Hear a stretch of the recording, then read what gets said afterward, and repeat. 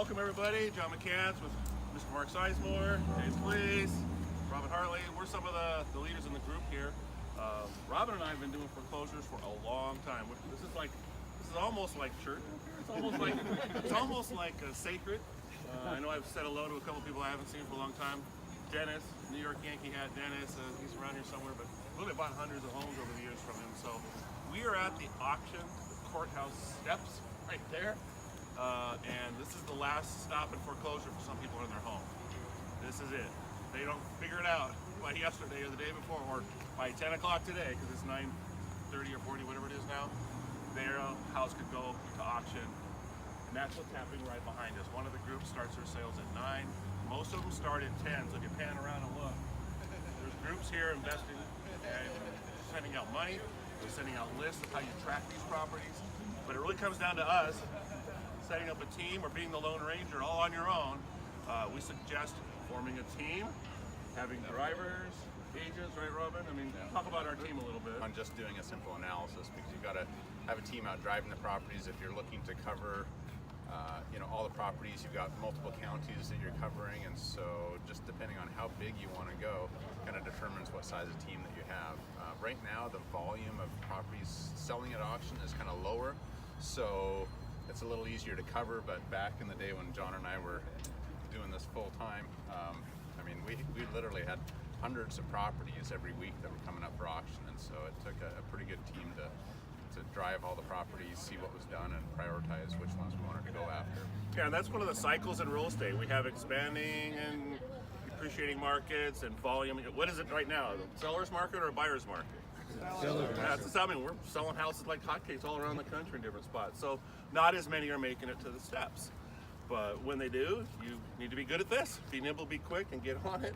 When it's not as hot, you watch some of the other things like buying subject to or doing fix and flip. Really, as we talked to the car guys, James and Mark and Carl on the way up here, door knocking, working the list, networking with people, finding these situations before that gets here is critical. Getting good at it.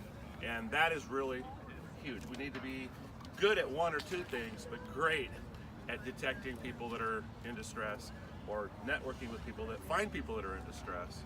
And sometimes it's a property, sometimes it's a social issue. So the whole idea is that it's crashing and landing here, and we want to help them along the way. 18,000 to Ryan going once. 518,500 to Jason, looking for 519. 519 to Ryan, looking for 520. 519,000 to Ryan going once. 519,500 to Jason, looking for 520. 520 to Ryan, looking for 521. 520,000 to Ryan going once. 520,000 to Ryan going two times. Third and last call at $520,000 to Ryan. I declare the Ilnitsky trustee sale closed with Ryan's high bid of $520,000. The remainder of my sales have been delayed until I complete my receipt inside with Ryan.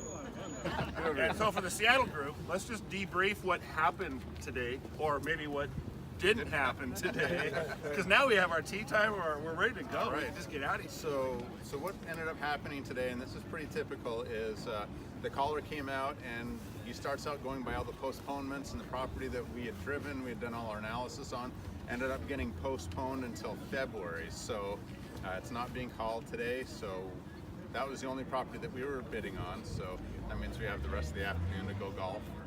Or go knock on the door. Or do something, but It's skiing. Robin has a question of Robin. If it goes, there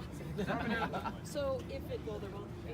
That was my point. So it's postponed until February. Does that give you that time to potentially go and meet that homeowner and acquire it that way? yes.